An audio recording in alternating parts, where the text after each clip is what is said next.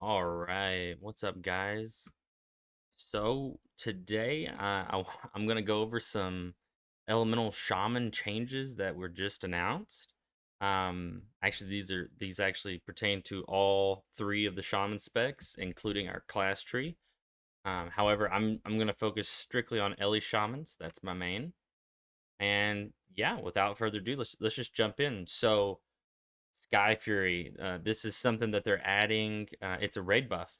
They're finally giving shamans.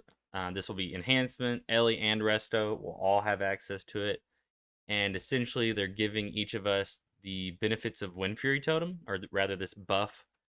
It'll behave just like Wind Fury Totem, and it will also give a small mastery buff. They mention here, and so yeah, this is super welcomed. We for years and years have kind of been at times kept out of the top end of the game, like Race to World First and such, just because we don't really bring benefits to the raid unless it's our damage output, right? So yeah, this is a great addition for us. Anyone who's a shaman right now is rejoicing. This is a great change.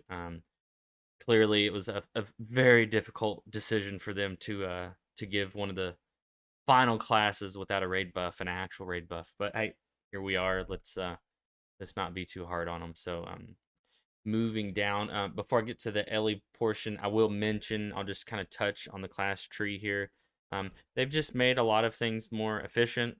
Very similar to some of the other changes they've done in other class trees, where the pathing is better. There's less two cost nodes. Impactful abilities. So they mention here like Gust of Wind, uh, Spirit Walk, Earth Shield. They've all been moved so that they're more easily accessible. And one of a really good change. So Gust of Wind is just a 20-second cooldown now. It's no longer a 30-second cooldown. So they buffed it. You don't have to talent choice into that. So this is a great change. Overall, the tree for each of the specs it's just good. Um, we're gonna have even more freedom. We did have quite a bit of freedom as shamans, but we'll have more, and so that's exciting. I'm bumping down Ellie Shaman. So going through kind of their philosophy for Ellie here. Um, I don't quite understand this first portion here. So they say the updates are focused on scaling the proc rates to be more consistent between AoE and single target. That might be for Lava Surge. I'll touch on that. I don't know like where else this is supposed to pertain. Maybe perhaps it's for Maelstrom. I'm not sure. I don't know what that means. We'll have to play it and see what happens. Um, but they mentioned that they want Lava Burst to have more of an impact on the rotation or spells such as Lava Burst, right? And then they just focused on the layout of the talent tree. One of the cool things here though, they mention that they want us to be able to specialize as lightning focused, lava focused, or weaving between all of the elements. So I'll just reference that portion as weaving or elemental weaving, right? So and maybe I'm not in the know, but from my experience over Dragonflight and the bit that I played of Shadowlands, it seems like we really had either a lava focused or a lightning focused build. Um, Obviously, there were moments where we were definitely weaving spells in. I mean, that's kind of how Ele Shamans always worked, but their mentioning of it here makes me think that they're really going to lean into this. Also, some of the spells on that side of the tree or the talent tree, they're not implemented yet, but I've read through presumably some of them. It does seem like they're trying to make a third version of this uh, build. I guess I don't really know how to word it, but like a third track that you can go for Ellie Shaman rather than just lava or lightning. Um, and they mentioned that they want to have distinct builds within each of these options.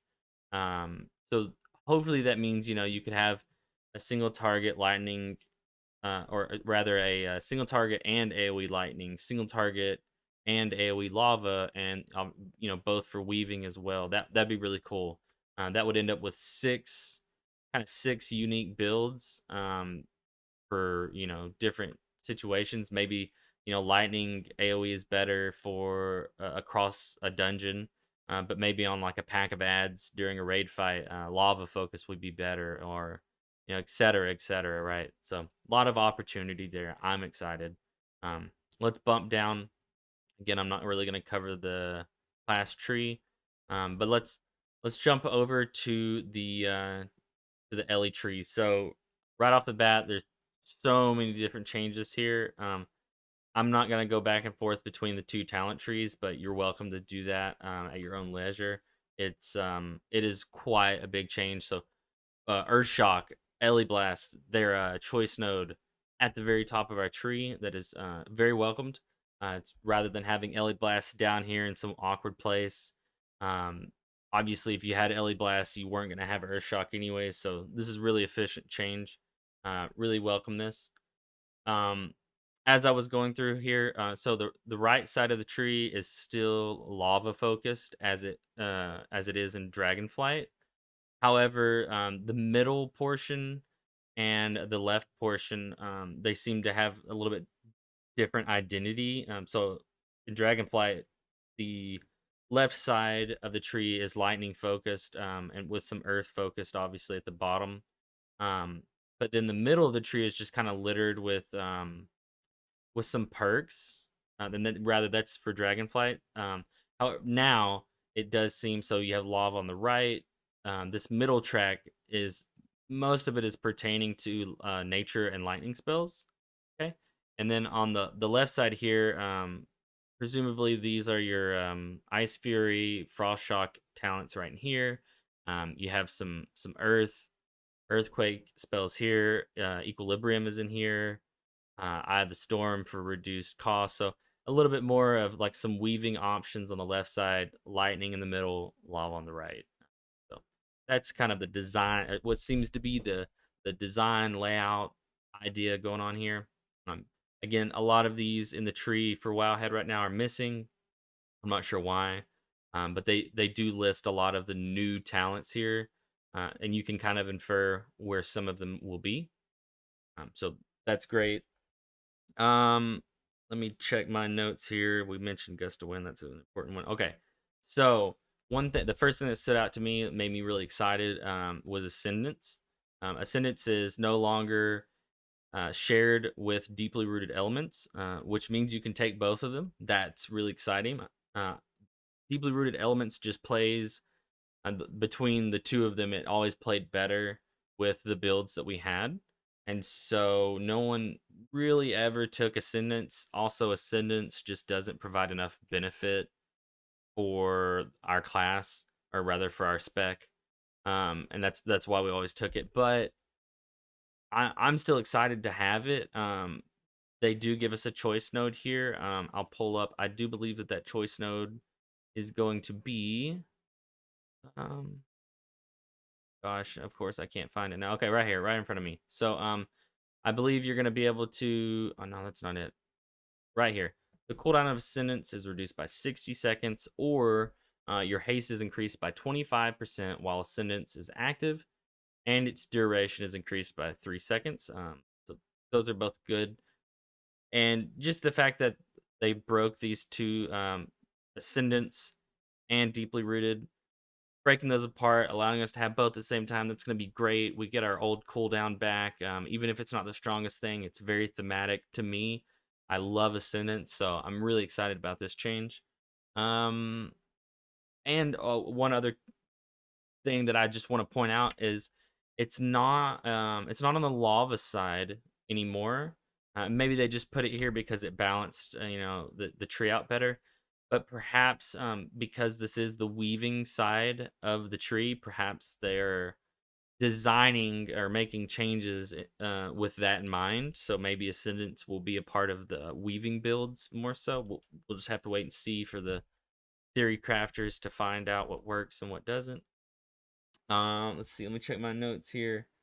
So, oh, another thing, yeah. So this is a little bit. I don't think it's quite as impactful. Although I think it has potential to be quite impactful at the same time, and that is that's our elementals. And so prior in Dragonflight, Primal Ele and LMT here, they share a node. You have to pick one or the other. So it's kind of like, dungeons. You take this, and single target you take Primal Ele. Even though in my experience, you never really took Skybreakers, which plays well you may have taken Skybreakers if you were going with Storm Ele, but I'm not even sure if you did that. I didn't really play that build a whole lot while it was out, so let me know. Correct me in the comments if I'm wrong. But yeah, I noticed that there's some Ellie's, not Ele Shaman, but Ellie's, our elementals, are just positioned better, and we do have some new talents, or rather, some of these are just old things that exist in the spec. Let me see if I can find them. So when you have a Storm Ele out, or a Fire Ele, let me find it. It's up here. Gosh, while Storm Ele is active, you do 10% more nature. While Fire Ele is out, you do 10% more fire damage. That's not bad. It's not a bad choice. Increase the duration of your Eles. That directly affects this. So this might be a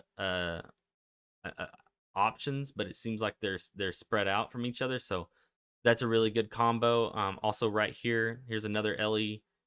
So when either Storm or Fire Ele expires, you summon lesser elementals to come out and attack for you. I've seen those before in Legion. I don't even know if they made it through to the live version of the game, but they're really cool. That's awesome. Just more thematic play around having elementals, which is a lot of people are upset that they didn't make Farseer more based around Ellie's.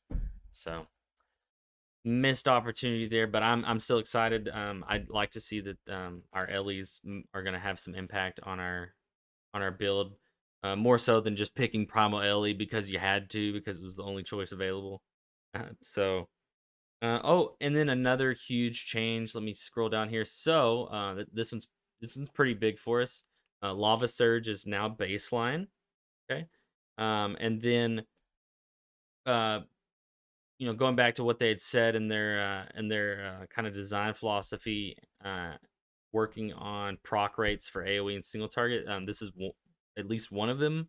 I don't know if Maelstrom changes tie into that, but so it's baseline now, and then in single target it should trigger slightly more often, and in AoE it should trigger less often. So more often single target, less often AoE. I'm okay with it triggering less often in AoE because it kind of seems like you were getting a bunch of lava burst procs, and they just kind of sat there because you had other things you needed to prioritize, and it did feel bad that you were wasting them. So I'm excited to see this change. Also, it does seem like they're maybe moving away from just constant lava burst, which maybe not. So yeah, I'm excited to see those changes. I will mention that a lot of our talent nodes in the tree, both for the class tree and the spec tree, actually they even state it here if I can find it.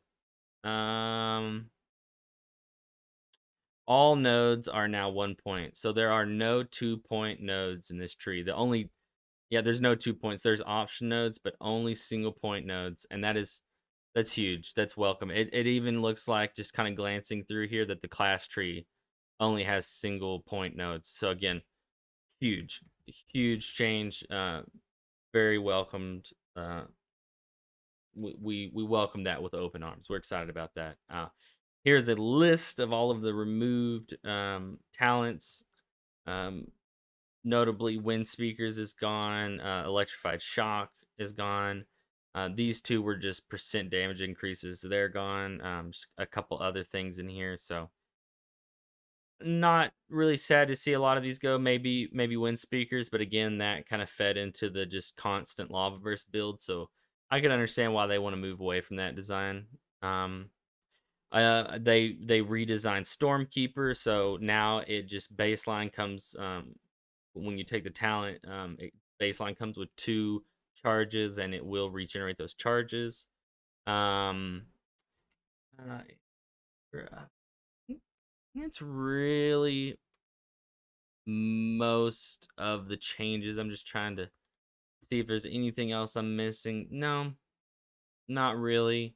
They did take like there were the talents underneath Ascendance, and then the talents underneath Primordial Wave, in the previous tree. Both of the pretty much all of those were gutted. Um, Primordial Wave isn't going to benefit. It's not going to have as many buffs built into it as it did before. But again, I think that's all right. I also think that they left splintered elements in here. I think it'll work well enough for us. Um, and overall, it does seem like I did mention this to a friend. It seems like they're shifting, like in Shadowlands, and then moving into a Dragonflight. Also, they put a lot of emphasis on things such as Primordial Wave, um, or just some of the things they added during those two expansions. They're peeling back the importance of those, or like how the design philosophy that was put into those. And there's some of the things are still there, but they're opening the tree up to new ideas and new directions. And so I'm excited to see that. I want to see what direction is Ellie going in now.